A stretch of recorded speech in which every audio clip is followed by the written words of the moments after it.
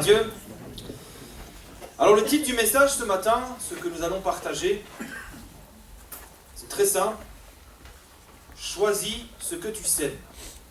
Choisis ce que tu sèmes. On va lire un texte, le texte qui justement, à travers lequel le Seigneur a déposé sa pensée sur mon cœur. Donc ce texte est dans Galates, au chapitre 6, versets 7 à 10. Désolé, je me suis levé ce matin avec un petit chat dans la gorge. Je dois faire avec, excusez-moi. Galates chapitre 6, versets 7 à 10. Avec ce titre, retenez bien, choisis ce que tu sèmes. Galates chapitre 6, verset 7 nous dit, ne vous y trompez pas, on ne se moque pas de Dieu. Ce qu'un homme aura semé, eh bien, il le moissonnera aussi. Celui qui sème pour sa chair, moissonnera de la chair la corruption, mais celui qui sème pour l'esprit, moissonnera de l'esprit la vie éternelle. Ne nous lassons pas de faire le bien, car nous moissonnerons au temps convenable si nous ne nous relâchons pas.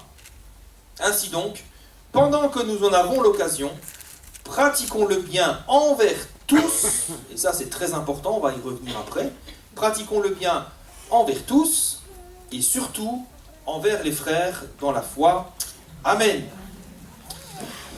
Alors ce texte, à travers ce texte, l'apôtre Paul va utiliser une image pour illustrer un principe spirituel très simple, mais très important. Nous moissonnerons toujours ce que nous aurons semé. Et j'aime bien parce que, vous savez, dans la Bible, il y a souvent des concepts, des principes spirituels, des lois spirituelles, on pourrait dire comme ça. Et là, on est devant une loi spirituelle, une loi qui se vérifie, une loi qui est vraie. Nous moissonnons toujours ce que nous avons semé. Le problème pour nous, chrétiens, enfants de Dieu, le problème c'est que bien souvent, et je dis ça, on est tous pareils, moi aussi. Souvent quand il nous arrive quelque chose, qu'est-ce qui se passe? Notre premier réflexe, c'est qu'on se victimise. Vous avez remarqué ça? Ah, voilà ce qui m'arrive! Je suis attaqué par le diable. Ah, voilà ce qui m'arrive. Ah, il est méchant. On me veut du mal. C'est parce qu'ils sont jaloux. Voilà. Ou, ah, c'est parce que ce sont des personnes méchantes. Et souvent, c'est ça. On réagit comme ça. Il nous arrive quelque chose et on se place dans une position de victime. On se dit qu'on est innocent, qu'on n'a rien fait et ce qui nous arrive est totalement injuste. Maintenant, comme toujours, il faut nuancer. C'est évident que ces choses-là peuvent arriver aussi. Prenez l'exemple de Job, il n'a rien fait pour que ça lui arrive. Il n'a rien semé de mal pour qu'il lui arrive ça. Et nous, oui, on peut très bien être attaqué par le diable, on peut être victime d'une jalousie, ou d'une personne mal intentionnée ou méchante. Ça arrive, bien sûr. Mais ce matin, la parole est là pour attirer notre attention sur ce que ce texte de l'Écriture dit. Et ce que ce texte nous dit, il nous pousse à réfléchir, et à réfléchir peut-être un peu différemment. Autrement dit, s'il est vrai que nous moissonnons ce que nous avons semé, est-ce que, peut-être, je n'aurai pas, éventuellement, une part de responsabilité dans ce qui m'arrive? Je dis bien peut-être, je ne dis pas que c'est le cas. Et ça, je le dis autant pour ce qui peut nous arriver de mal, que pour ce qui peut nous arriver de bien, parce que ça va dans les deux sens. Alors le but ce matin, c'est pas de nous faire culpabiliser. Vous savez, les amis de Job, ils étaient comme ça. Quand Job, il était dans son malheur, ils lui ont dit, forcément, c'est parce que tu as péché, Job. Ils ont dit, forcément, c'est parce que dans ta vie, il y a quelque chose qui ne va pas. Ça ne peut pas arriver à un juste qui t'arrive. Maintenant, je ne suis pas en train de vous dire, si vous êtes malade, si vous arrive ceci, cela, c'est parce que vous avez péché. Pas du tout. C'est pas ça. Le but, c'est plutôt d'élargir peut-être notre champ de réflexion pour nous permettre peut-être de nous aider à mieux comprendre ce qui nous arrive et pourquoi ça nous arrive. Autant pour les bonnes que pour les mauvaises choses. Et en comprenant cela, eh bien, ça va nous permettre peut-être de corriger le tir. Si on se dit, ah mais s'il y a tel conflit, peut-être que c'est parce que j'ai dit ça. Peut-être que j'ai parlé un peu trop vite. Peut-être que j'ai fait quelque chose qui l'a heurté. Peut-être qu'il y a quelque chose que j'ai semé. Peut-être. Donc, en comprenant ces choses, en tenant compte de ce principe spirituel, ça peut nous permettre soit de corriger le tir, soit de nous améliorer, ou carrément de changer la nature de ce que nous semons. Et oui, parce que parfois, on se dit, alors je dis ça vraiment sans jugement, parce que c'est juste là, ça me vient comme ça, il y a des parents qui disent, mais je comprends pas, mon enfant est toujours rebelle, il est toujours méchant, il n'écoute pas ce que je dis. Mais peut-être que tu lui parles mal toujours aussi à ton enfant, hein, peut-être. Peut-être qu'il faut alors carrément changer la nature de ce que nous semons, afin de récolter des bonnes choses, ensuite, dans notre vie. Et c'est pour ça, eh bien, que nous allons voir maintenant comment semer le bien, afin de pouvoir moissonner le bien plus tard dans notre vie. Mais avant ça, la première question qu'il faut aborder, c'est déjà de comprendre, ça veut dire quoi semer? Comment est-ce qu'on sème? Bon, c'est très simple, hein, je veux dire, c'est des choses qui sont très simples à comprendre. À chaque fois que nous faisons quelque chose, et à chaque fois que nous disons quelque chose, eh bien nous semons. Quand je fais quelque chose, quand je dis quelque chose en relation avec quelqu'un, eh bien je sème. Ce qui veut dire que nous semons au travers de nos actions et au travers de nos paroles. Dans ce que tu fais, tu sèmes. Mais tu sèmes quoi? Dans ce que tu dis, tu sèmes. Mais tu sèmes quoi? Et ça, vous savez, c'est quelque chose de très simple à comprendre. Il n'y a rien de compliqué ce matin. Hein. Rien de compliqué. Quand vous venez à l'église, vous êtes venu ce matin, et que le service d'accueil vous accueille avec un grand sourire, un grand et beau sourire, qu'est-ce que ça produit chez vous? Ça remplit de joie. On est content. On est tout sourire. Pourquoi? Parce que vous avez reçu une semence de vie. Une semence de vie qui produit la vie. Et vous savez, il y en a même qui ont donné leur cœur au Seigneur à cause de quelqu'un qui les avait bien accueillis dans l'église. Amen. Et oui. Une semence de vie qui produit la vie. Et Dieu dit, Jésus a dit que une semence peut produire 30, 60 ou même 90 fruits après. Vous voyez, une semence. Quand maintenant vous êtes découragé et qu'un frère ou une sœur vous dit « T'inquiète pas, ça va aller, je prie pour toi. On est avec toi mon frère, on est avec toi ma sœur, on combat ensemble. » Mais ça vous encourage. Mais pourquoi? Parce que là aussi c'est une semence de vie. Maintenant, si vous venez à l'église et puis que là le service d'accueil vous fait la tête, c'est « Ouais, bonjour. Voilà. Dieu vous bénisse. Hein. » Ça va vous peser sur le moral. Et ça aussi c'est une semence. Pas une semence de vie, malheureusement. Si vous êtes découragé et que quelqu'un vient vous dire « Ah si t'es comme ça, c'est de ta faute, hein, parce que t'as pas la foi. » Il y en a un qui dit ça, si t'es pas guéri, c'est parce que t'as pas la foi. Mon Dieu. Bien là encore, c'est une semence, mais c'est pas une semence de vie. Ce sont des exemples qui sont très simples. Même les enfants peuvent comprendre ça. Vous savez, d'ailleurs, les choses les plus profondes dans la Bible, généralement, ce sont les plus simples. Ce sont des choses que même les enfants peuvent comprendre.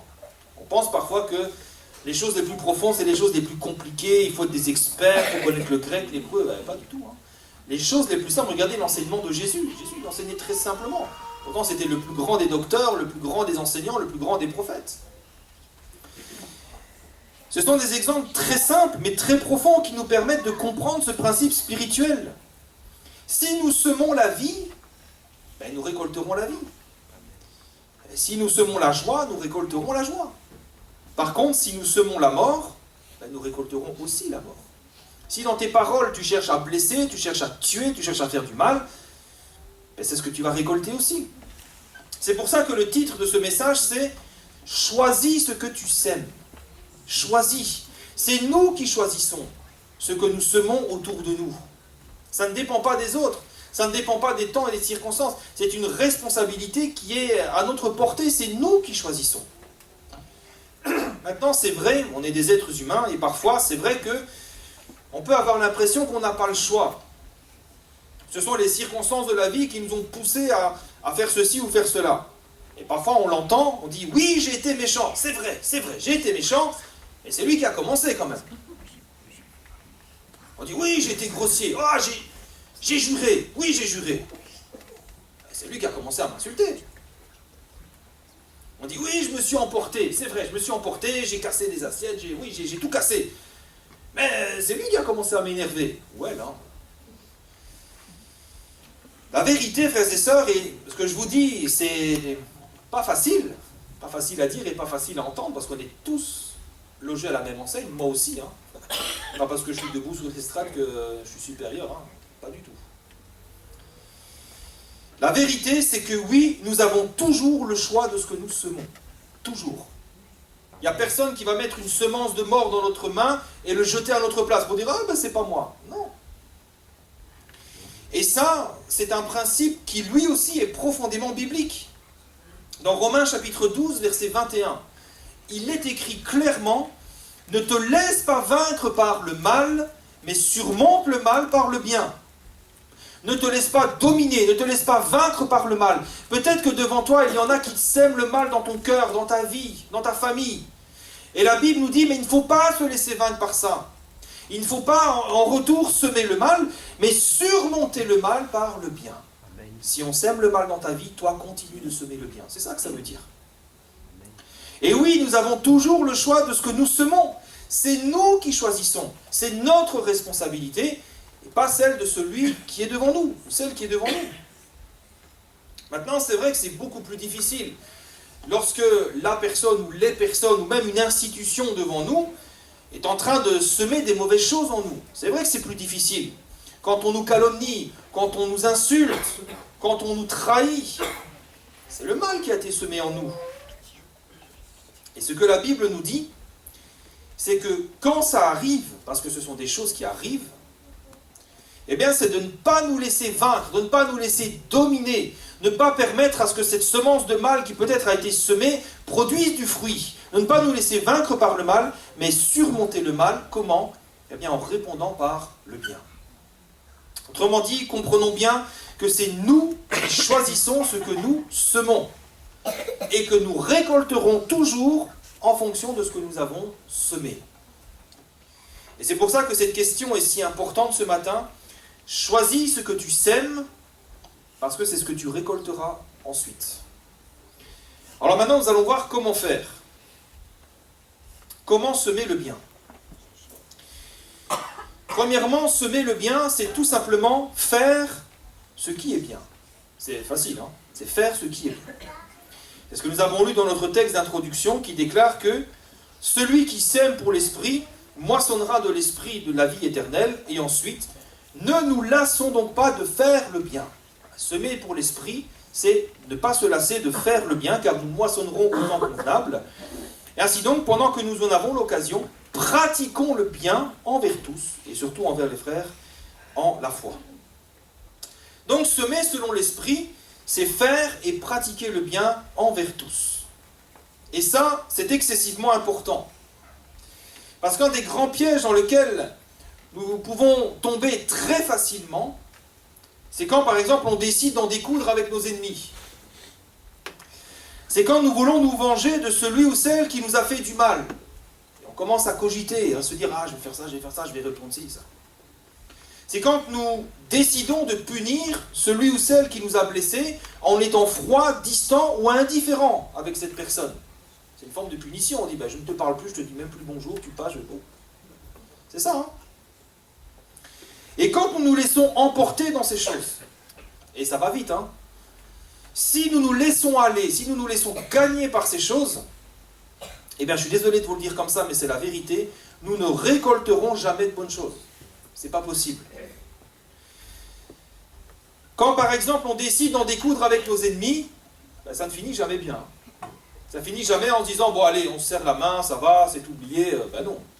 Quand vous décidez d'en découdre, ça finit jamais bien. Quand on se venge, quand on veut punir l'autre en rendant le mal qu'on nous a fait, vous êtes d'accord avec moi, ça n'apporte jamais la paix. Ça n'amène jamais à la restauration, ça ne permet jamais de restaurer les relations. Quand vous répondez du tac au tac, « Ah, on m'a fait du mal, je fais du mal », ça ne va jamais dans quelque chose de bien. Pire, la plupart du temps, ça ne fait qu'amplifier la souffrance déjà existante. C'est d'ailleurs pour ça, c'est la raison pour laquelle la Bible déclare la chose suivante.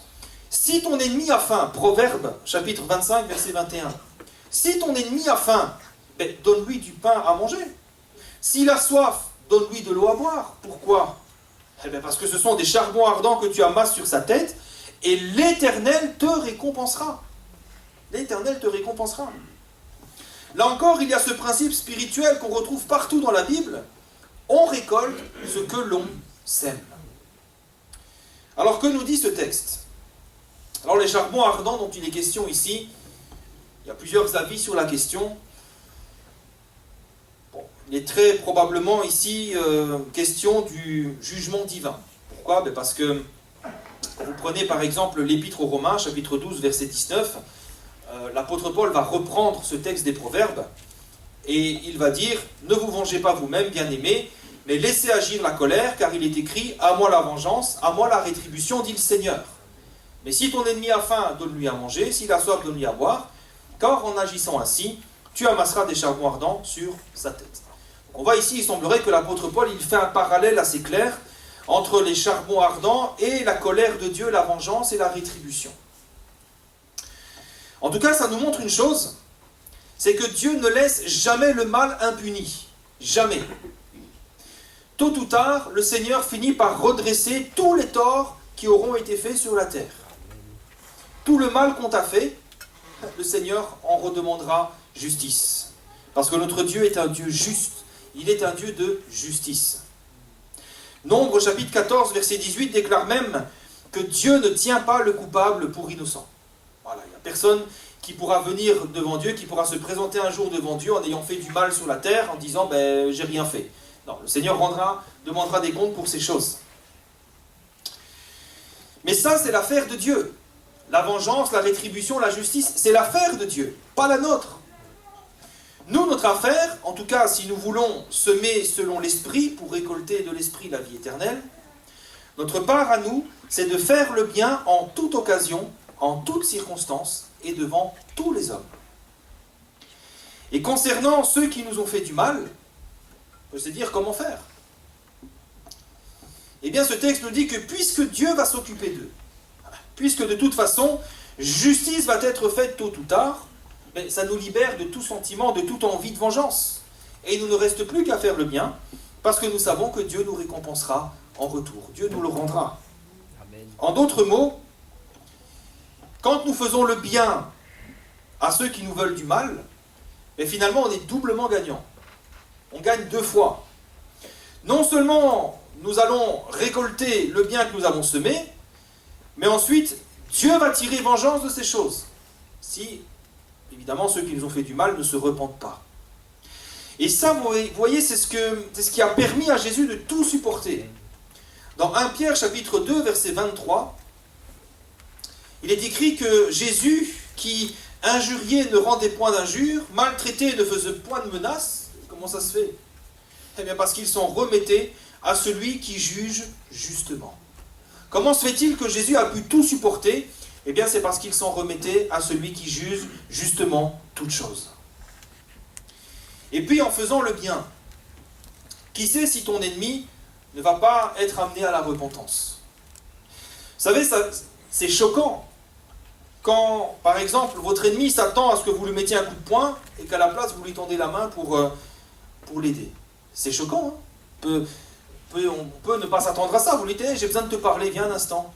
Et puis vous lui dites des bonnes choses. Ou bien vous le voyez dans son problème là, et vous l'aidez. Par exemple, quelqu'un qui vous fait du mal au travail, et puis un jour vous arrivez, vous voyez que la mine est déconfite, vous voyez que cette personne visiblement a pleuré, elle est malheureuse, et vous venez, au lieu de vous moquer d'elle, vous lui dites, qu'est-ce qui ne va pas? Est-ce que tu veux qu'on en parle? Et ça peut faire un choc. Vous dites, comment cette personne à qui je dis du mal, comment cette personne à qui je fais du mal vient pour m'aider? Et ça peut bouleverser quelqu'un, l'amener à réfléchir et même à se repentir. Et c'est pour ça que la Bible nous dit, ne nous lassons pas de faire le bien, car nous moissonnerons au temps convenable si nous ne nous relâchons pas. Et qui sait si en faisant le bien, tu ne moissonneras pas le salut de ton ennemi. Qui sait? Alors c'est vrai que quand on est dans la colère, quand on est dans le feu de la colère, on ne pense pas peut-être à toutes ces choses. Mais c'est précisément la raison pour laquelle nous ne devons pas nous laisser dominer par le mal, la colère, par la haine, par l'amertume. Prenons garde à ces choses. Choisissons de faire le bien. Choisissons de semer le bien, de pratiquer le bien. Parce qu'alors, c'est la promesse de Dieu qui s'accomplira pour nous. Nous récolterons le bien, c'est-à-dire la joie, la paix, la réconciliation, le bonheur. Ces choses qui finalement n'ont pas de prix. Et deuxièmement, semer le bien, ça passe aussi par le fait de dire des bonnes choses. c'est-à-dire des bonnes paroles, des choses vraies, des choses saintes, des choses utiles, des choses qui procurent la vie. Et ça, c'est particulièrement important lorsqu'on est face au mal, dans un conflit par exemple. C'est particulièrement important. Vous savez, dans ces situations-là, c'est vrai qu'on peut vite se laisser emporter. Ah, on a le sang chaud, le créole n'a le sang chaud, c'est ce qu'on dit. Bon, si j'ai un petit peu le sang chaud, bon, c'est comme ça, je me soigne, hein, mais bon. Et c'est vrai qu'on peut vite se laisser emporter. Les mots peuvent vite monter. Et prenons garde. Rappelons-nous bien cette règle spirituelle, si tu sèmes selon l'esprit, tu récolteras de l'esprit la vie éternelle. Et là-dessus, il y a un texte des Proverbes qui en parle particulièrement bien, qui est très clair, qui est magnifique. Proverbes chapitre 15, verset 1. Une réponse douce calme la fureur, mais une parole dure excite la colère. C'est encore ce principe. Si tu sèmes la douceur, tu vas semer le calme, tu vas semer la paix et tu vas semer la réconciliation. Mais si tu sèmes la dureté, si tu sèmes des paroles dures, des paroles sévères, là tu vas exciter la colère et là tu ne vas faire que réanimer le feu. Et ça, c'est quelque chose que peut-être la plupart d'entre nous avons peut-être déjà vécu. Par exemple, vous appelez le service client d'une entreprise et vous êtes en colère. Pour une raison X ou Y, le produit que vous avez acheté ne fonctionne pas, ou vous l'avez emmené en réparation, il revient, il ne fonctionne pas, etc., ou vous avez été mal facturé. Vous êtes en colère, ça arrive des fois. Et puis là, vous apprêtez à en découdre. Mettez Et puis là, hop, ça sonne. En plus, des fois, ça vous énerve parce que vous tombez sur un répondeur, il faut appuyer sur 1, il faut appuyer sur 4, il faut appuyer sur 5, et puis vous attendez. Ça monte, ça monte, ça monte. Je vois que je ne suis pas le seul. Et puis là, vous tombez sur quelqu'un qui vous répond d'une manière tellement douce, tellement polie, tellement gentille. Bonjour monsieur, voilà. Bonjour madame, écoutez, je suis là à votre service, je suis là pour vous écouter, je suis là pour vous aider, dites-moi quel est votre besoin et j'y répondrai. Ah! Vous sentez la douceur et la compassion dans sa voix. Vous sentez que cette personne, elle est là, elle veut sincèrement vous aider. Et ça m'est déjà arrivé, Et c'est impressionnant de voir comment ça vous calme un homme presque instantanément. C'est presque le jour et la nuit. Vous êtes là, et puis... et là, écoutez, c'est comme ça. Pourquoi? Parce qu'une réponse douce calme la fureur. C'est simple, on l'a déjà vécu, je pense. Et à l'inverse, quand vous avez un client mécontent qui vient rouspéter à l'accueil, et que celui ou celle qui est à l'accueil répond sèchement « Ah oui, mais monsieur, mais c'est pas comme ça qu'il faut faire. » Ça part très vite en cacahuète. Bon, ça peut être un monsieur qui répond comme ça aussi. Mais là, ça part en vrille. Ça part facilement en vrille. Pourquoi? Parce qu'une parole dure excite la colère. Mais c'est des choses qu'on comprend quand même. Frères et sœurs, par nos paroles, nous pouvons semer la vie. Par nos paroles, nous pouvons aussi semer la mort. Par nos paroles, nous pouvons apporter la paix. Par nos paroles, nous pouvons exciter les querelles. Par nos paroles, nous pouvons semer l'espoir. Et par nos paroles, nous pouvons aussi semer le découragement. C'est résumé encore une fois dans les Proverbes, Proverbe 18, 21, qui nous dit « La mort et la vie sont au pouvoir de la langue. C'est pourquoi choisis ce que tu sèmes. » C'est un thème tellement important, un sujet tellement important, que Jacques va le développer de manière assez conséquente dans son épître. Jacques, chapitre 3, versets 4 à 12. On va lire ensemble. Jacques, chapitre 3, versets 4 à 12.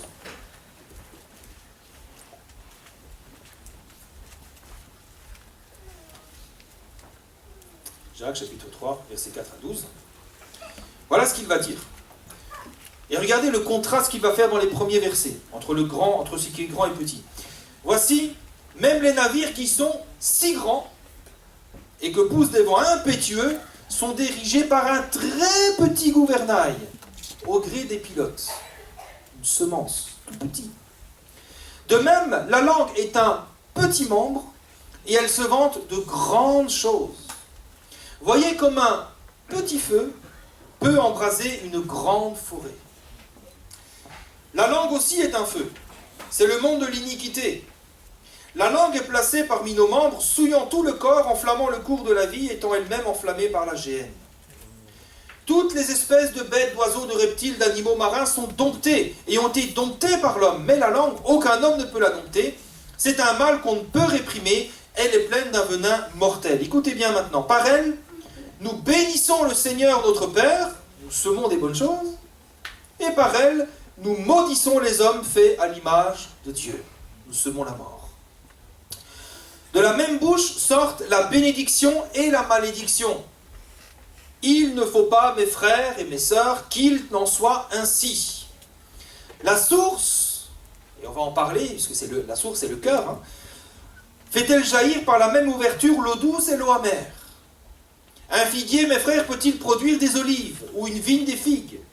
De l'eau salée ne peut pas non plus produire de l'eau douce. Amen. Ce texte est très clair. Par notre bouche, nous pouvons à la fois semer le bien et à la fois semer le mal. C'est ce que Jacques va dire au verset 10. De la même bouche sortent la bénédiction et la malédiction. Et il va dire, ça ne doit pas être comme ça. Il ne faut pas que ce soit comme ça. Autrement dit, dans nos paroles, là aussi, nous avons un choix à faire. Et maintenant, comment faire le bon choix? Comment dire des bonnes choses? Comment semer le bien par nos paroles? Et là, il y a un véritable défi, parce que parfois, on essaye de mesurer tout ce qu'on dit, et on n'y arrive pas. Alors comment faire? Eh bien pour ça, il y a quelque chose de très simple. Là encore, un principe biblique très simple. Et qui nous permettra d'avoir toujours des bonnes paroles dans nos bouches. Matthieu chapitre 12, verset 34. C'est Jésus qui parle, et qui va dire que c'est de l'abondance du cœur que la bouche parle. L'homme bon tire des bonnes choses de son bon trésor, et l'homme méchant tire de mauvaises choses de son mauvais trésor. C'est simple, hein? Moi j'ai l'impression que même ça on peut l'enseigner à l'école du dimanche, hein, enfin au club, hein, pour les enfants et les ados. Enfin c'est très simple. C'est très simple parce que on comprend que si notre cœur est pur, automatiquement nos paroles vont être pures. Autrement dit, en lieu de veiller à nos paroles seulement, ou à ce que nous allons dire, veillons en priorité sur l'état de notre cœur. Par exemple, quand vous voulez parler à un frère ou à une sœur, ou à un collègue, ou à un ami, peu importe, examinons d'abord notre cœur vis-à-vis de cette personne. Parce que si notre cœur n'est pas pur, eh bien nos paroles non plus ne seront pas pures. Et ça va s'entendre. Par exemple, vous voyez quelqu'un fumer sa cigarette à l'extérieur de l'église. Et vous avez à cœur de l'encourager à se tourner vers Dieu. Maintenant, si dans votre cœur, vous avez peut-être une bonne intention, mais si dans le cœur il y a un jugement, si au fond de vous, il y a un jugement, oui, non mais il ferait mieux de venir écouter l'évangile, de fumer sa cigarette celui-là quand même, hein, bon.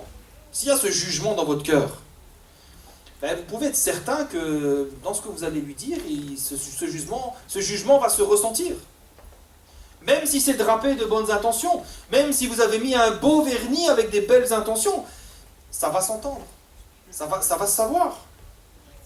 Par contre, si le cœur est pur, si vraiment vous êtes rempli d'amour et de bienveillance, déjà, rien qu'en allant lui dire bonjour et en l'accueillant, ça va déjà faire toute la différence. Vous savez, si Jésus a dit que c'est de l'abondance du cœur que la bouche parle, ça veut dire que si nous nourrissons de mauvaises pensées contre quelqu'un, du jugement, de la rancune, de la haine, ou même de la jalousie, ça va automatiquement s'entendre dans nos paroles. Quelqu'un, par exemple, qui est jaloux de votre réussite. Vous avez réussi, vous avez un diplôme, ou peu importe, vous avez acheté une belle voiture, et une personne est jalouse. Quand elle va venir vous féliciter, vous dira ben bravo, je suis content pour toi, vous allez entendre qu'il y a quelque chose qui cloche. Ça s'entend. C'est de l'hypocrisie, hein. Et on le remarque tout de suite, ça sonne faux. Ça sonne faux. C'est de l'abondance du cœur que la bouche parle, ça va s'entendre. Dans le service d'accueil, si ceux qui vous accueillent ne sont pas sincèrement heureux de vous accueillir, dans le « bonjour mon frère, bonjour ma soeur », ben vous allez remarquer, vous allez l'entendre tout de suite. Bon, rassurez-vous, je ne parle pas de mon verre, hein. Bon, je ne vise pas le service d'accueil de mon verre, au contraire. Le service d'accueil de mon verre, il faut continuer comme ça, hein. C'est très bien ce que vous faites, et vous bénissez notre église. Hein, donc continuez comme ça. Non, ce que je veux dire, c'est qu'il est beaucoup plus facile de veiller sur notre cœur que de veiller sur chacune de nos paroles. Si déjà dans notre cœur nous sommes purs vis-à-vis de nos amis, de nos frères, de nos sœurs ou de l'Église, ben les paroles vont être pures. Il va y avoir déjà de la sincérité. Peut-être que vous n'allez pas avoir la parole habile, mais on va voir la sincérité, on va entendre votre sincérité, et ça va faire toute la différence. Parce que c'est de l'abondance du cœur que la bouche parle. Maintenant, avant-dernier point, avant de conclure, si notre cœur est pur, gloire à Dieu, il ne nous reste plus qu'à dire alors à ce moment-là des bonnes choses. Dans Éphésiens chapitre 4, verset 29, et je ne prendrai que ce verset pour étayer ce propos, il est dit, c'est la version second 21 que je trouve particulièrement intéressante, Éphésiens 4, 29 nous dit « Qu'aucune parole malsaine ne sort de votre bouche », on va revenir sur le sens du mot malsain ici, « mais seulement des bonnes paroles, qui en fonction des besoins servent à l'édification et transmettent une grâce à ceux qui les entendent. » C'est intéressant quand même, qu'il n'y ait pas de paroles malsaines. Le mot malsain ici, dans le contexte, ça signifie des paroles inutiles, des paroles qui ne rendent pas service, des paroles qui ne servent à rien. C'est ça que ça veut dire. Et ce que l'apôtre Paul dit, c'est, il ne faut pas qu'il y ait de telles paroles qui sortent de votre bouche. Dites plutôt des choses utiles, des choses qui vont servir, des bonnes paroles, qui vont servir à édifier et à transmettre une grâce, une bénédiction à ceux qui vont l'entendre. Les paroles malsaines, donc, ce sont des paroles inutiles, des paroles qui ne servent à rien. C'est le cas, par exemple, des commérages. Alors, on aime ça, les commérages. Et même si on aime ça, on doit reconnaître que ça ne sert à rien. Ça ne fait rien avancer, les commérages. Ça n'édifie personne.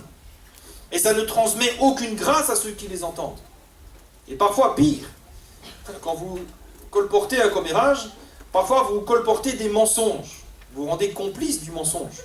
Vous transmettez des mensonges, voire même parfois des calomnies. Ah, il paraît qu'un tel a fait ceci, a fait cela, alors que peut-être c'est même pas vrai. Et vous transportez, vous transmettez parfois même des calomnies. Et je crois qu'un enfant de Dieu ne doit pas participer à ce genre de choses. Ce n'est pas la place d'un enfant de Dieu. Nous n'avons rien à voir avec ces choses malsaines, ces choses inutiles, ces choses qui ne servent à rien. Abandonnons ces choses-là. Utilisons nos lèvres pour des bonnes choses, pour semer le bien, des choses qui édifient, qui transmettent une grâce. La version parole vivante d'Éphésiens 4, 29, je trouve, elle est encore plus explicite. Il est dit ici carrément, refusez de participer aux calomnies. Refusez. Ne laissez aucun propos blessant ou inconvenant, ou simplement inutile, franchir le seuil de vos lèvres. Cherchez les mots qui aident et encouragent. Que chacune de vos paroles contribue au progrès spirituel des autres. Dites à propos, ces paroles pourront être le moyen par lequel Dieu bénira ceux qui vous entendent. Amen. Amen. C'est comme ça que nous devons parler, c'est comme ça que nous devons utiliser nos lèvres. On refuse de participer aux calomnies, aux commérages, c'est inutile, ça ne sert à rien, ça ne fait rien avancer. Mais plutôt de chercher les mots qui aident et qui encouragent. Comment je vais pouvoir l'aider ?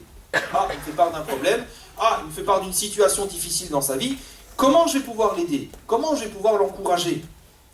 Comment mes paroles vont pouvoir contribuer à ses progrès spirituels ? Comment mes paroles pourront bénir mon frère ou bénir ma sœur ? Si nous voulons semer le bien par nos paroles, eh bien cherchons à dire des paroles qui édifient, des paroles qui bénissent, des paroles qui aident, des paroles qui encouragent et qui béniront ceux qui nous entendront. Et si c'est le désir de nos cœurs, et si nous demandons à Dieu son aide, eh bien vous pouvez être certain que Dieu va nous aider. Ah, Seigneur, bénis mon cœur. Seigneur, bénis mes lèvres, bénis les paroles qui sortent de ma bouche pour que eh bien, je puisse bénir, je sois un canal que tu utilises pour envoyer ta bénédiction, l'encouragement, la paix.